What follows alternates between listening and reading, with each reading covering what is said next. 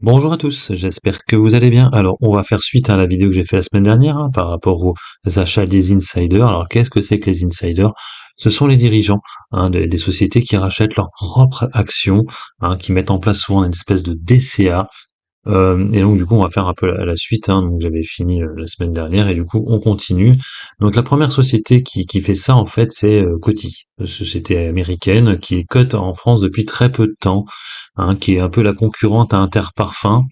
Alors on voit que elle est peut-être pas arrivée au meilleur moment, on était à 10,50 € au moment de l'introduction et actuellement on est à 9,15 €. Donc ça fait une chute assez violente quand même, assez rapide pour le début.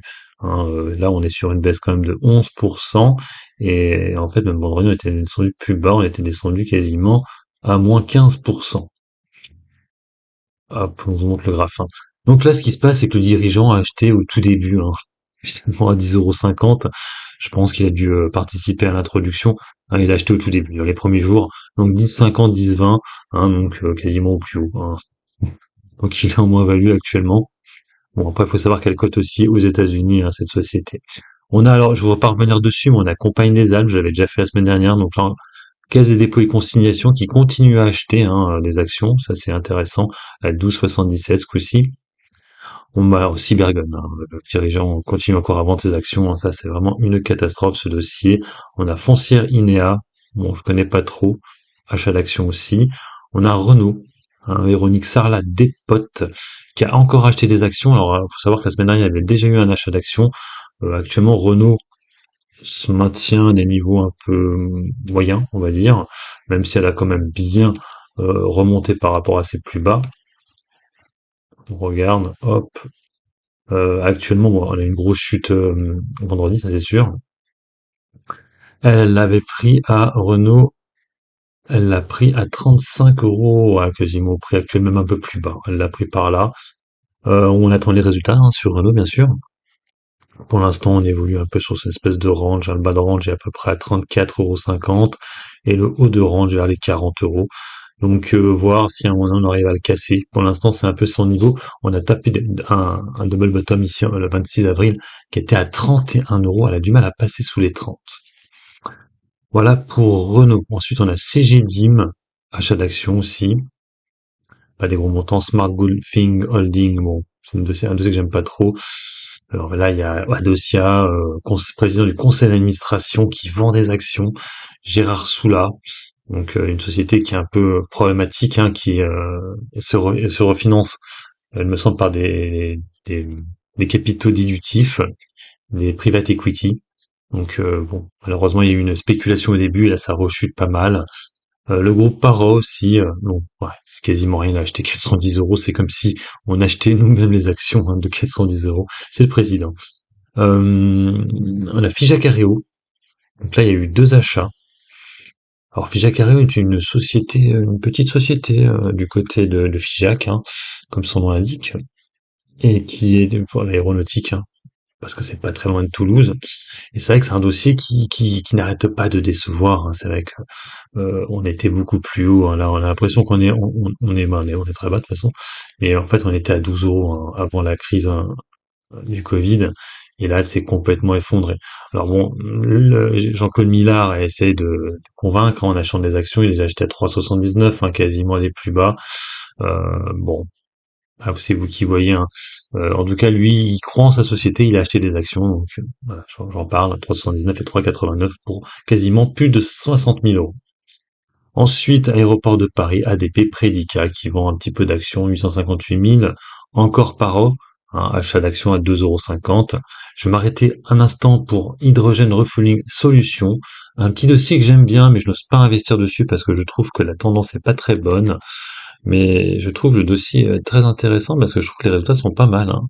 Et donc c'est celle-là, qui a été introduite, qu'il y a eu une belle spéculation, elle était montée très très haut, à cause de l'hydrogène, et après, ça a vite déchanté.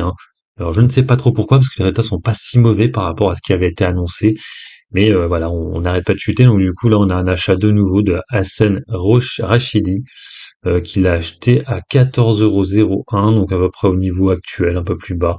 Ici, c'est vrai qu'on avait violemment chuté, donc bon, il en a acheté quand même pour 87 334 €. Ensuite, on a CGDIM de nouveau, 298 000 euros. Arquette, aussi achat d'action de Fabrice Barthélémy. Je connais pas trop Target, KTT, on va voir Target rapidement. Ouais, c'est pas une très belle tendance. Là aussi, on a tapé vraiment un point bas. Ah oui, bah c'est la descente est assez abrupte, hein. La montée est violente et la descente est tout aussi violente.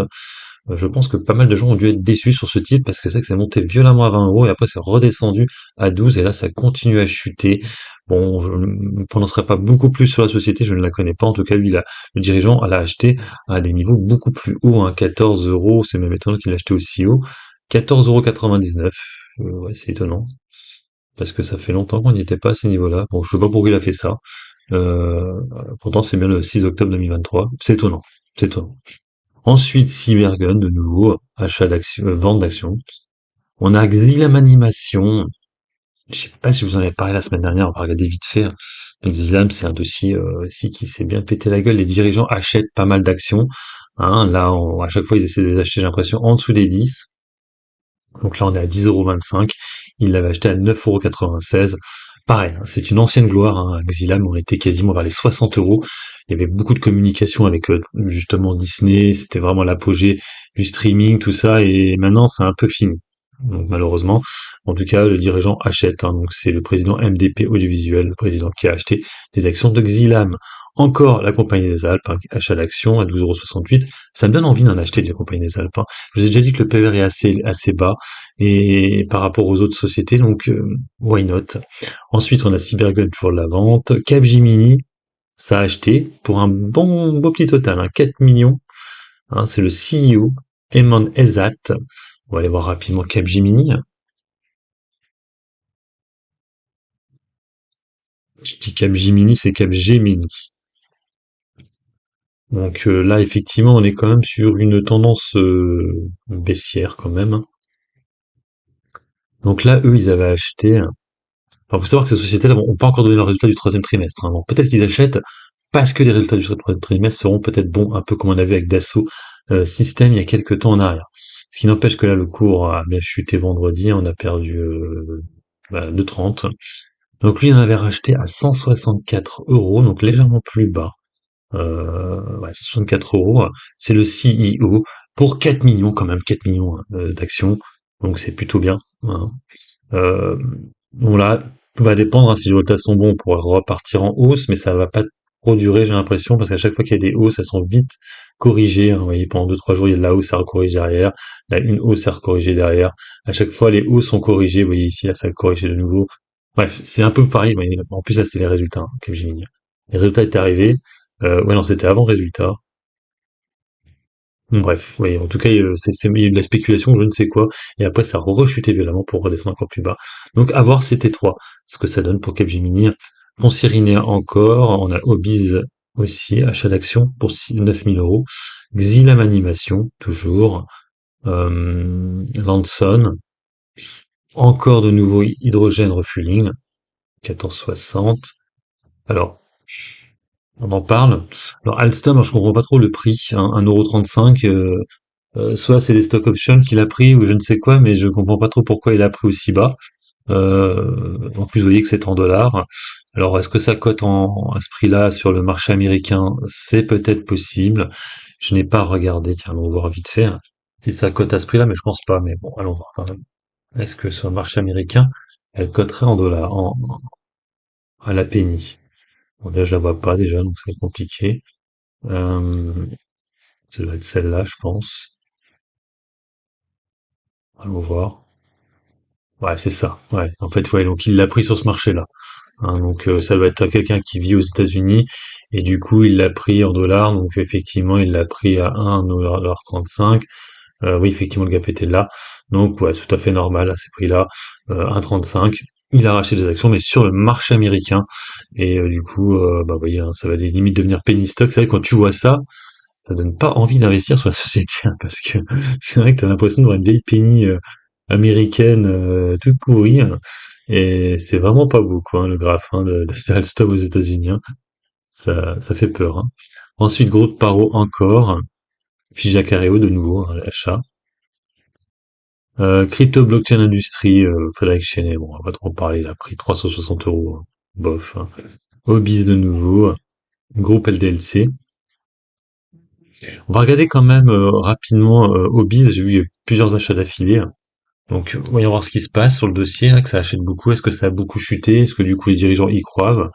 Peut-être, on va la voir. Non, même pas, pas tant que ça, hein, ça n'a pas chuté, on en avait beaucoup chuté ici, au moment du split là, mais c'était en juin.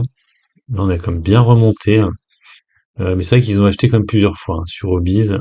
6,15 €, président directeur général une fois ici, et puis la fois d'avant, c'était là, c'était président directeur général de nouveau, à 6,10 €, hein. Donc, bah, à peu près au niveau actuel, hein, sur la valeur.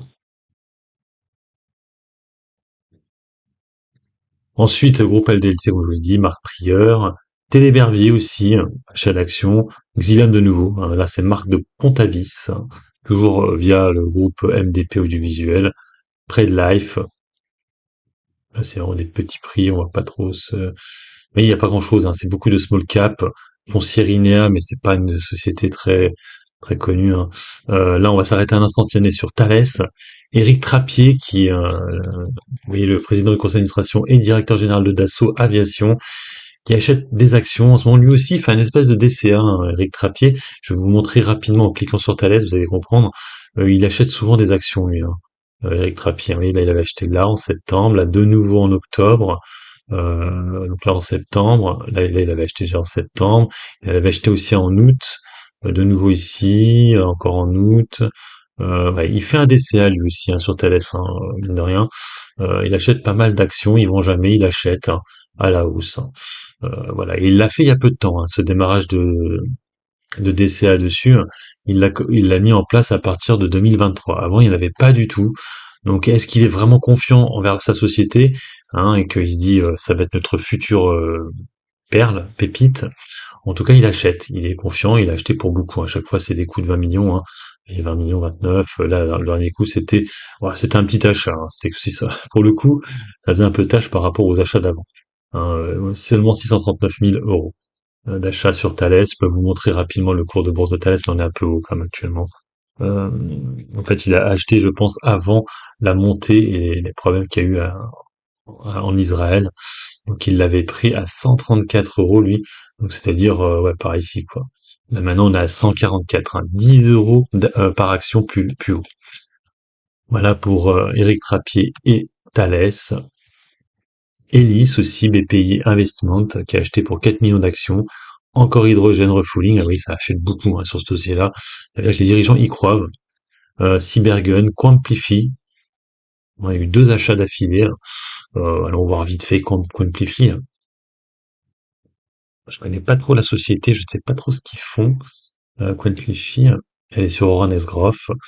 Oui, là aussi, là pour le coup, c'est une pépite qui s'effondre, on va dire, hein, pour eux, parce que ça a énormément chuté, hein, Quantify. Donc là, ils en ont pris à 2,50 € pour l'instant, ça a tenu, on est remonté, on est un peu au-dessus, hein, le plus bas enregistré a été 2,20 €, et donc à voir, hein, s'ils ont raison ou pas, hein.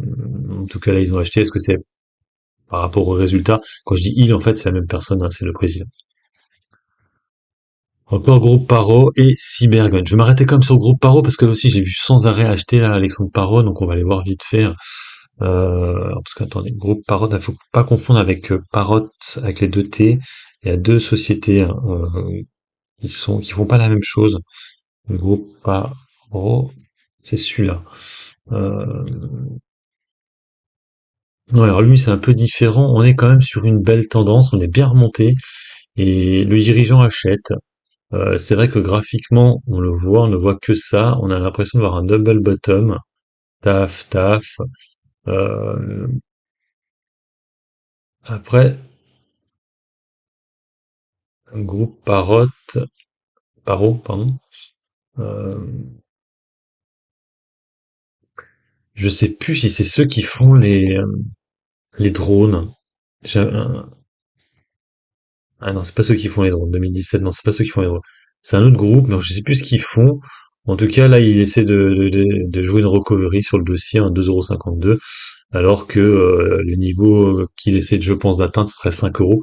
Hein, mais on était beaucoup plus haut au moment de l'introduction, on a été introduit à quasiment 7,35 €. Voilà, donc j'ai fait le tour sur les valeurs qui ont été rachetées par leurs dirigeants. Alors, ce qu'on va faire en plus, je l'avais pas prévu, mais je vais comme le faire, on va aller voir du côté du marché d'Amsterdam, parce qu'il est possible de le faire, il me semble. Euh, je sais plus comment je fais.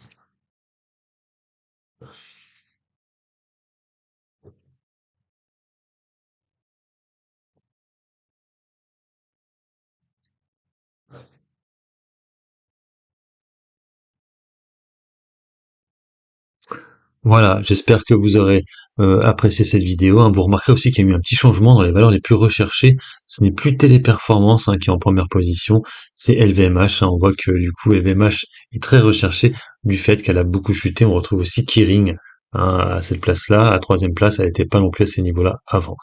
Voilà, sur ce, moi je vous laisse. Bon investissement à tous et puis bon trade. Ciao, ciao.